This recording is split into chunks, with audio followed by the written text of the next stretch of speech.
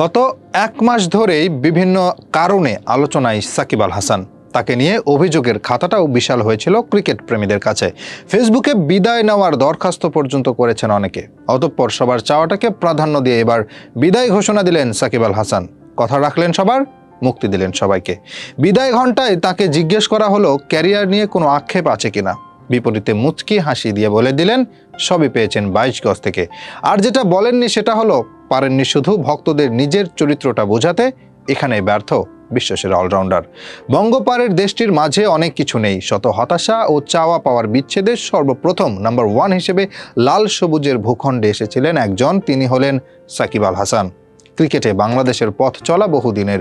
শোনা যায় 90 দশকে যার সবচেয়ে বড় জাগরণটা ছিল নান্য সুজনদের হাত ধরে, কিন্তু 21 শতকে এসে সেটা মূল উদ্যম পায়।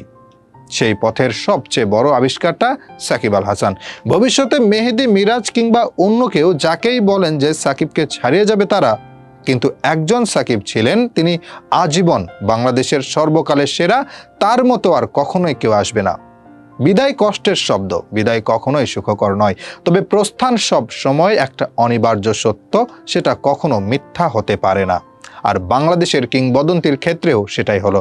চেন্নাই টেস্টে হারার পর শঙ্কা ছিল সাকিবকে নিয়ে। হাতের ইনজুরি নিয়ে খেলতে পারবেন কিনা তা নিয়েও ছিল যথেষ্ট সন্দেহ।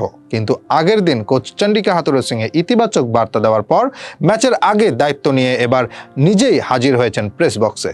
শুরু থেকে সাকিবকে একটু হতাশ মনে হচ্ছিল।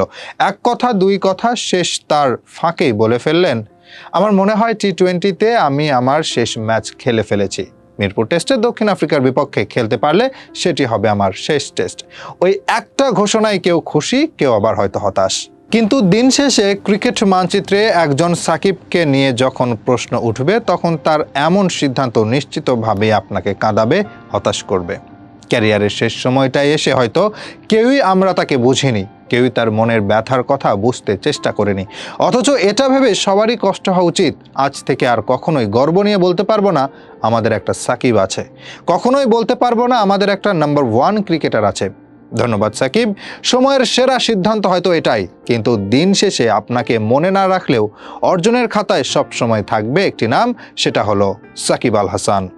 কানপুর টেস্ট বাদে ক্যারিয়ারের 70 ম্যাচে পাক্কা 4600 রান, 242টি ব্যাটারকে প্যাভিলিয়নে ফেরানোর মুহূর্ত, কিংবা 5টা শতক ও একটা 2 শতাধিক রানের পাহাড় সম ইনিংস, এসবই সাদা পোশাকে আপনার পক্ষে কথা বলবে।